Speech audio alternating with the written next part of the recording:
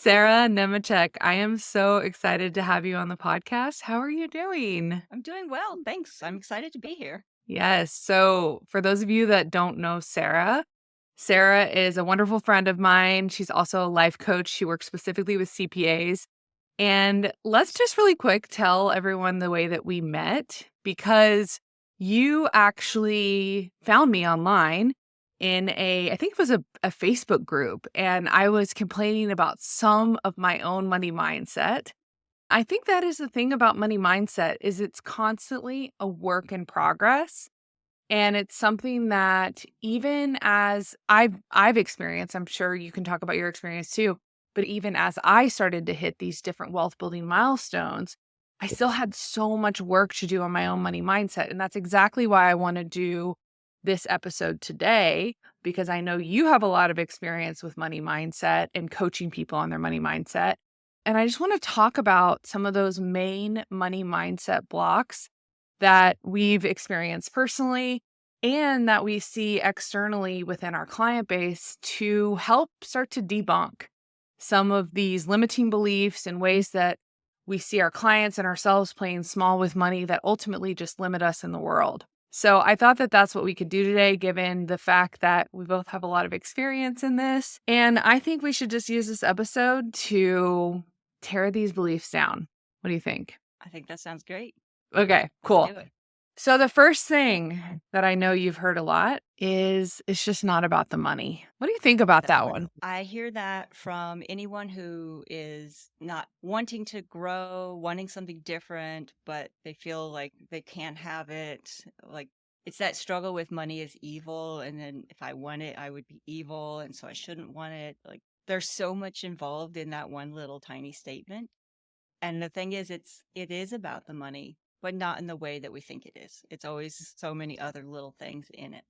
Yes, absolutely. And it's almost like people really feel like they're approaching their work with from like a moral high ground, saying like it's not about the money. It's about love and service and giving back. So what they do is they decide that they're going to choose, okay, am I going to be a good person here and not focus on the money? Because if I do focus on the money, then clearly I'm not a good person. I want to just explore that a little further, this idea that something isn't about the money or it shouldn't be about the money. Because what do you think personally that does for people when they have that kind of thought process about the work that they're doing? I think it keeps them really stuck because, yes, money will take you a little bit, but there's a point where why would you keep going just for the money? Like, let's say you make $100 million. You, in theory, might be like, why would I keep going for the money? You probably would keep going, but not for the money. You'd be going because you enjoy the work, you care about the thing that you're doing. But if you're only thinking that you're doing it because of the thing that you care about and you're shunning the money, I can get kind of tired and burned out and not be able to take care of yourself. It's like that oxygen mask thing. Like you have to take care of yourself first if you want to help other people. Otherwise, you're going to burn out. You're going to start resenting the people that you're thinking you're helping. You're going to just kind of shut down. And, while you don't have to do it for the money, you do need money involved in there. And I think it's a balance of accepting that money plays a role in things and can actually help you do even more of whatever good that you're trying to do in the world. I absolutely agree. The reality, just like you said, is that money's not going anywhere. If you want to go do anything in the world, if you want to eat, if you want to have a roof over your head, if you want to take vacations, if you want to wear nice clothes, then it involves money. And this idea that we want to not think about it or it's bad if we're thinking about it, it literally is a direct contradiction with the fact that everything that we want to do in this world is reliant on us having money. Yeah, I think it's like acknowledging that money has permeated so much stuff that even if you don't want it to be about money, money is a way to do things in our world. So you can't just opt out. We may not like this reality, but money does give us power. And I think that's especially important for women. Like we think that we can change the world just by loving it. And that's really important to love the world and do the things. But I think we can go a lot farther if we have the money behind us. And I think that's where a lot of women kind of falter is we think that money would be bad and that we would be hurting other people. And it keeps us from doing it, basically from exercising all the power that we really do have if we are ignoring the money part. Exactly. So how do you think that we should balance this? This idea that we're doing work that we love, we're providing service, but at the same time, we're also in it for the money. I think it's really important just to like sit with that, kind of acknowledge it and be like, "Oh, what would happen if I did have more money? What would happen if I made money?"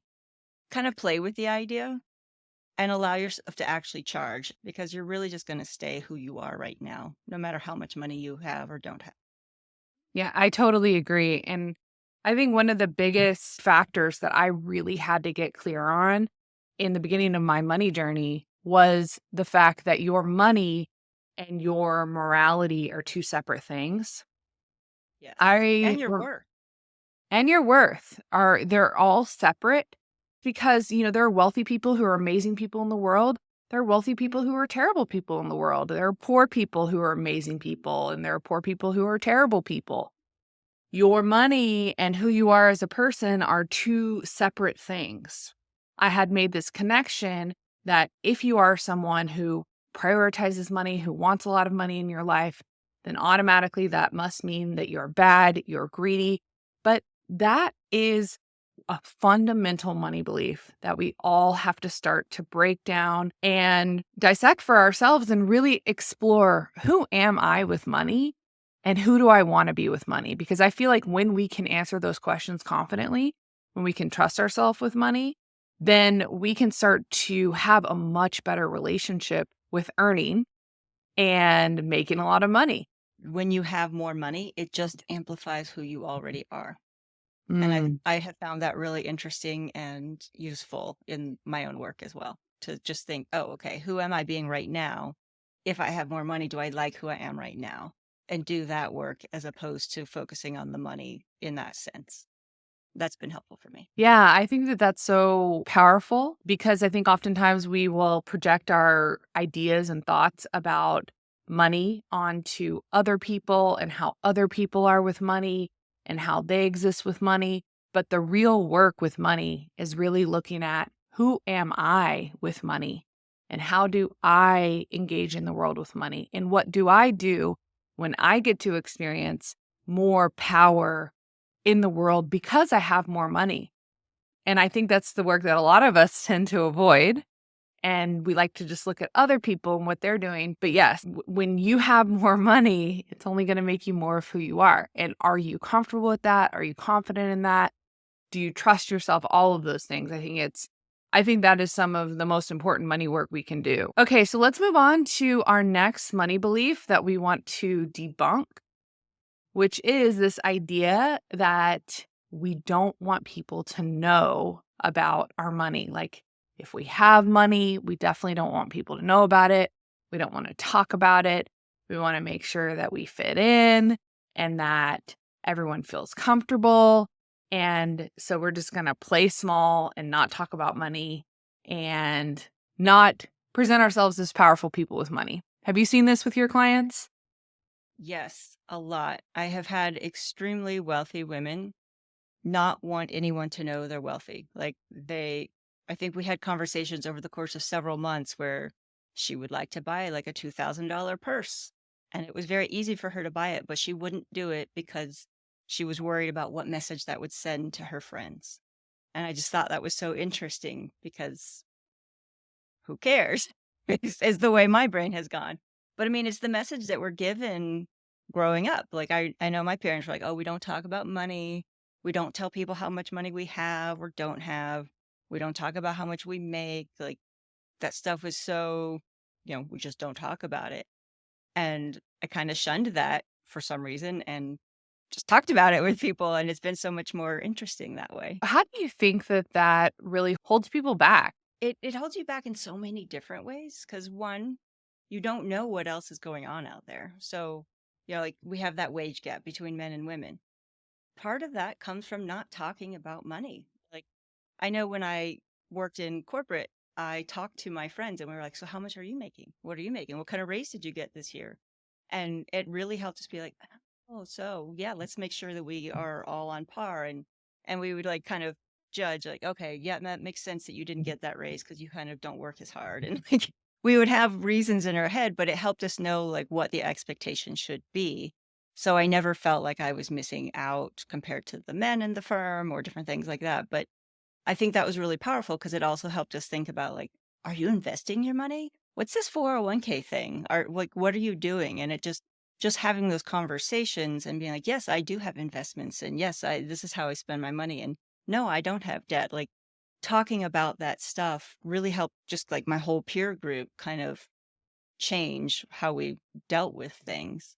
But I think it can work the other way too. Like if you don't have a lot of money, you may get in over your head if you have a lot of friends who do have a lot of money and you're trying to hide that. And that's where you get into a lot of like personal debt and credit cards and things like that. So I think it really messes with our brains a lot. Yeah, absolutely. I think so too. I see the same thing. People, even in my holistic money program, the first week when we come in and we start to talk about our relationships with money and we share the details of our financial lives, there are some people who will show up to that call and who will try to omit or hide specific details of their financial life. And often it's not about the debt that they have.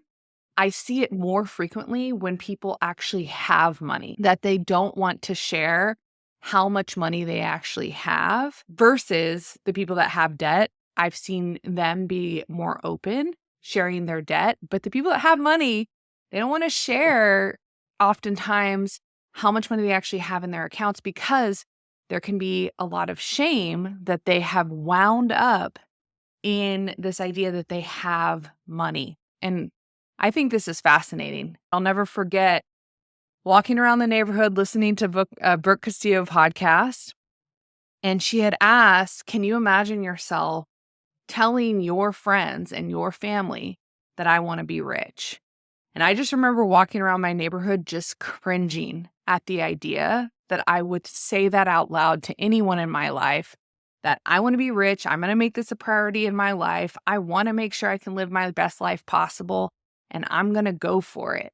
I just remember feeling so supremely uncomfortable with the idea of actually saying that out loud. I felt like, who do I think I am? How am I going to make other people feel? What are they going to think about me? And I started to realize as I started to unpack that, how limiting that was for me, how small I was keeping myself in so many areas of my life simply because I was afraid to say that, yeah, money is a priority for me. I want to make sure that I have financial freedom in my life. I want to have a lot of financial power. I want to live the exact life I want to live, and money is the tool that's going to get me there. So I'm going to go for it. I just realized that I was keeping myself so small, so limited, so in a box, making sure everyone else felt comfortable all the time at the expense of my own financial power and my own personal expression, because truly it is what I wanted. And I think Right. a lot of people underneath all their shit have a similar desire. I think a lot of people desire it, but it's such a strong cultural norm to complain about, I don't have enough, oh, the debt, oh, all the problems. So it's much easier to bond with people over those conversations than it is to be like, so what are you doing with your money? And I was thinking about that actually yesterday. Like you and I have conversations like, so what kind of investments should we try? Like you encouraged me to go out and buy property, and I encourage you to go out and buy businesses. And I was like, how interesting that that's like a normal thing that comes up in our just friend conversation, as opposed to like the stuff that we think we're supposed to talk about, or you hear in normal stuff like, oh, my credit card debt, or oh, I don't know how to spend money, or women, we're looking for coupons or crap like that. Like, no, it's much more interesting when you admit that you have money, want money, and are pursuing money. And it just opens up so many more things in life, so many more experiences for sure. I love that that's part of our conversations too.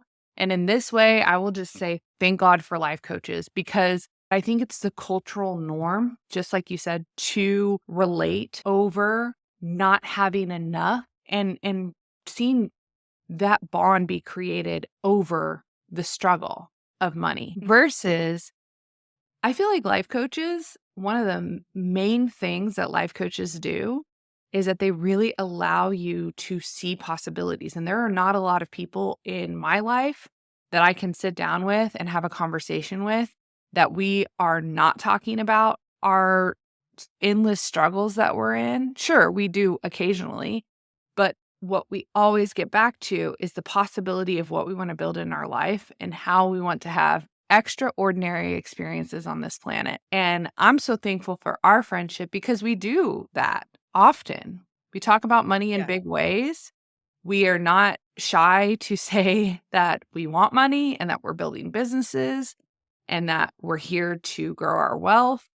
And I think that that positions us, our friendship, to help each other grow versus keep each other small and comfortable. Like you and I are constantly making each other feel uncomfortable Right. In a good way. in a good way. We're encouraging each other by like challenging like those thoughts and be like, why would you think that? Where's that coming from? How is that serving you? And really like the not wanting people to know you have money keeps everyone small, because if you show up and let people know that you have money, it shows what's possible. It opens up doors. And by you learning to be comfortable with it, it lets other women learn to be comfortable with it.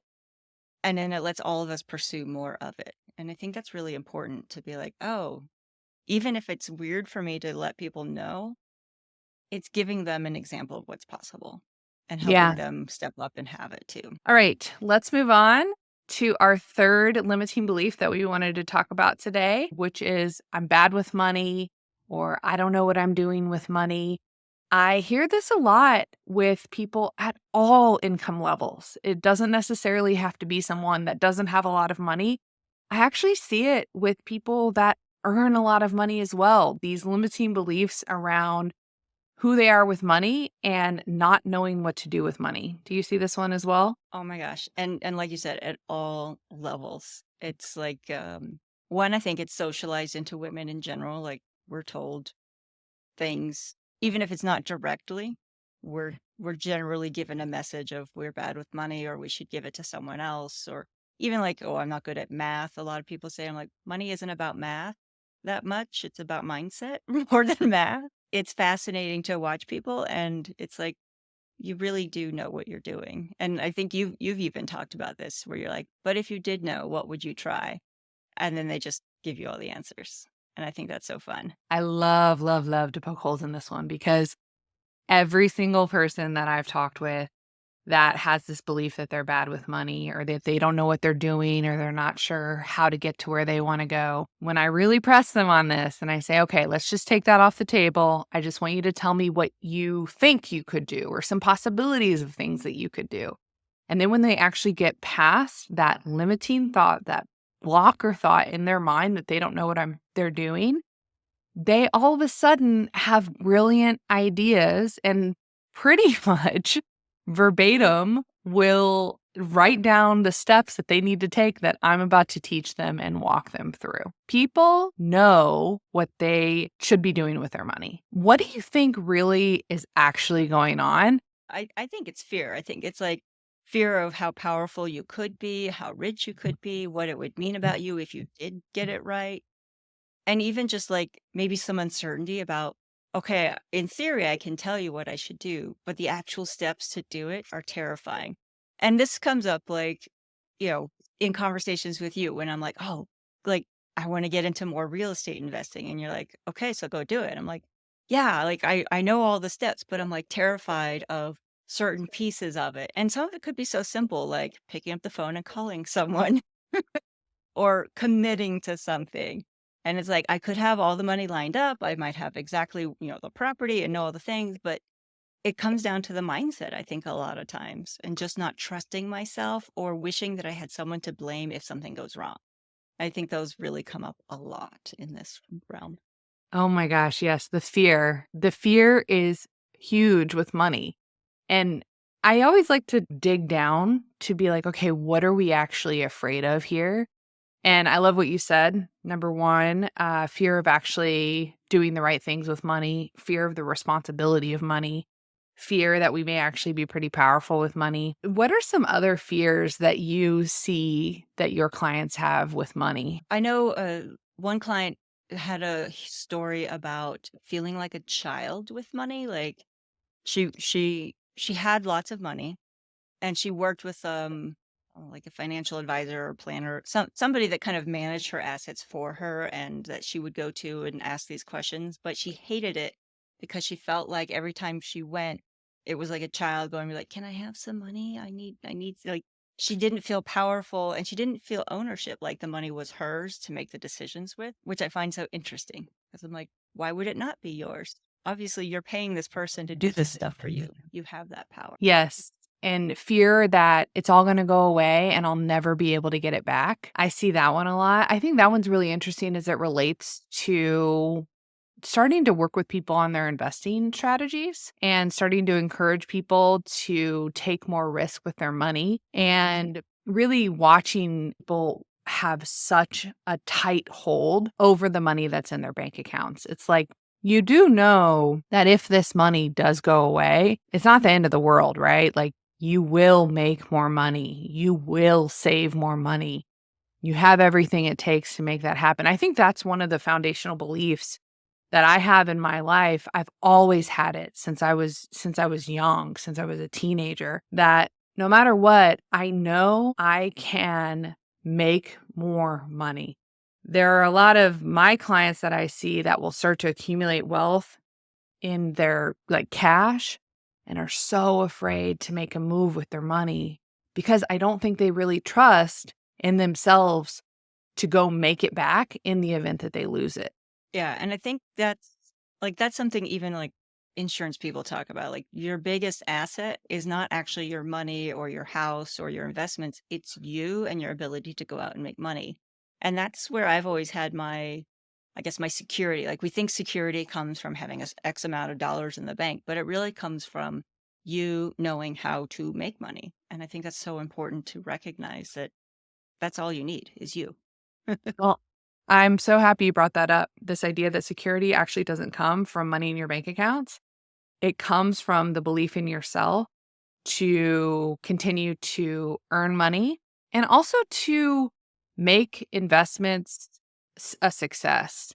I know that's another thing for me that I have, especially when it comes to real estate investing. I really trust myself that I will buy a property or I will start a business or I will go invest my money, especially the stock market is a little bit more difficult because I'm not like on the board of these companies telling Tesla what they should or shouldn't do. So I don't feel as in control or as influential over the returns when I invest in stock market investing, which is a big reason why it's a secondary investment strategy for me. I really like the investments that I know that I can influence the return around, which is why I love business and I love real estate investing. But I really trust myself, even if I don't necessarily know exactly what I'm doing. I do trust myself that I'm not going to give up. I'm going to keep trying. I'm going to pivot. I'm going to learn.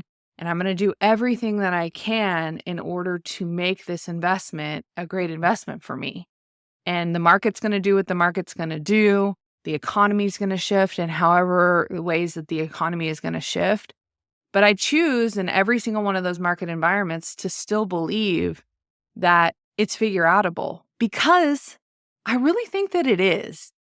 I think that in most situations, it is figure outable. No one is born knowing how to make money or how to work with money or any of the stuff that we're talking about. Like, it's not an innate skill, it's something that we learn. And the people who look like they have it together or maybe farther along probably had a lot of exposure to it at an earlier stage in their life. And it might just feel natural to them, but it's not because they were born with it, it's because they learned it. Some of us just have to learn it later on. And the only way you stop being bad with money is by practicing and testing it and learning and growing like you just described. And I think that's really important. Like, we're not sitting here telling you that we're perfect or that we already know all this. Like, we've made mistakes. I have lots of investments that I've done that I'm like, the hell was I thinking? And I'm like, oh, well, at least I learned from that and I don't do it again. And because I know that I'm capable, I go out and make more money in a different way. Or, like you said, we pivot, we do different things. And I think that it's really important for people to know that like nobody has gone from zero to whatever they have without having failures, without being bad at it at some point. And then we get good at it. And we're still never like we don't arrive. It's always work to do that. Yes, I totally agree. I don't think we ever arrive. I think that being bad with money is the process of being good with money. You have to be able to get on the court of your life and just get into action. I just did a podcast interview with Gail Rayom, who is the founder of Moolah U. And what she does is she helps kids be great with money. And really, what she's doing is helping parents help kids be great with money. But what she says is financial education, telling your kid what they should be doing with money, is not nearly as effective as giving your child $10 and saying, here's your allowance for the week. How would you like to use it? Once it's gone, it's gone. You can save some of it. You can start to invest some of it. If you want more of it, here are the different things that you can do that we're willing to pay you for to get more money. She says we have to get children involved with money in order to really teach them about money and learn the key lessons that they need to learn in order to be financially successful. And I think that's such a brilliant concept because I think it's applicable for adults too. We can spend as much time as we want in the educational components of money. I think it is important, but where the real lessons come is through getting that $10 allowance and then spending it all on the first day and then realizing for the next 6 days that you don't have any money. And how does that feel?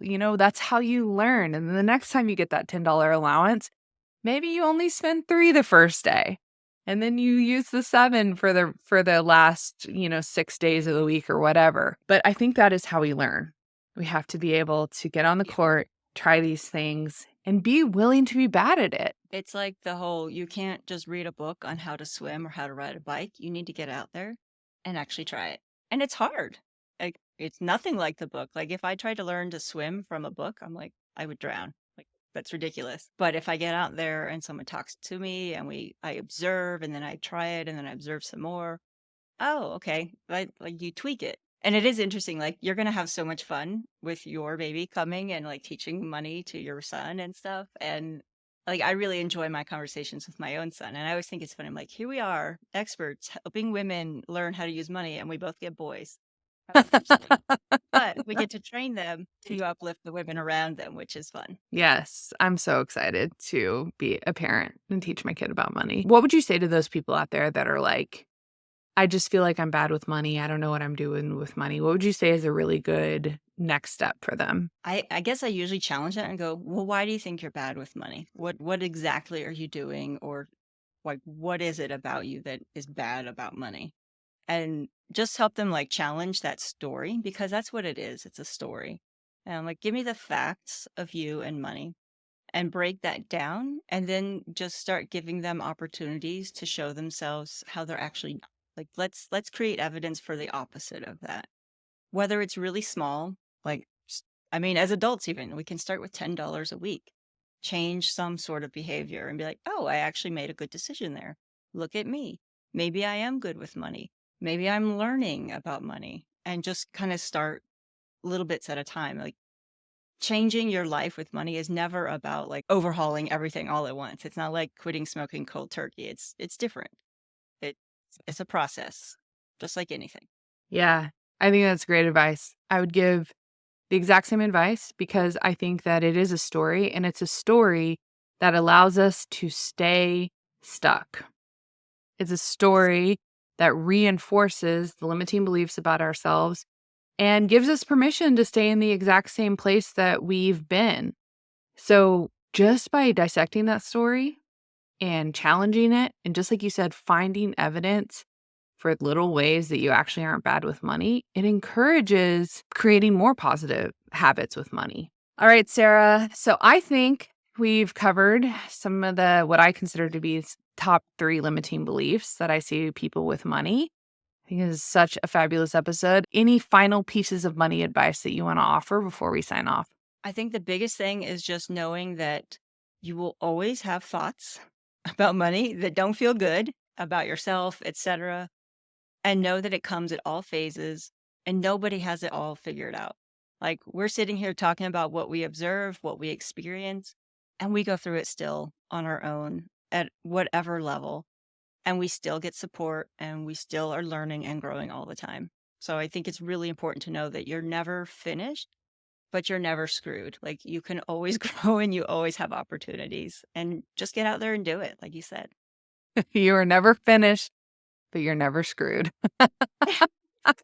Okay, wonderful, Sarah. Tell everyone where we can find you. The easiest way to find me is on my website, which is sarahnemecek.com. I'm also occasionally on Instagram at Sarah Nemecek Coaching, and I'm mostly active on LinkedIn currently, and I'm Sarah Nemecek there as well. Great. All right, everyone. I hope you found this conversation as enlightening as I did. Like Sarah said, these are money beliefs, limiting money beliefs that you will experience at all levels. So it's good to start your money belief work now. It will significantly improve your financial health and the direction you take your financial future. If you enjoyed this episode, please make sure to leave me a review. I love reading your reviews. Let me know what you liked, what you didn't like, and I look forward to hearing from you. All right, everyone. I will see you in the next episode.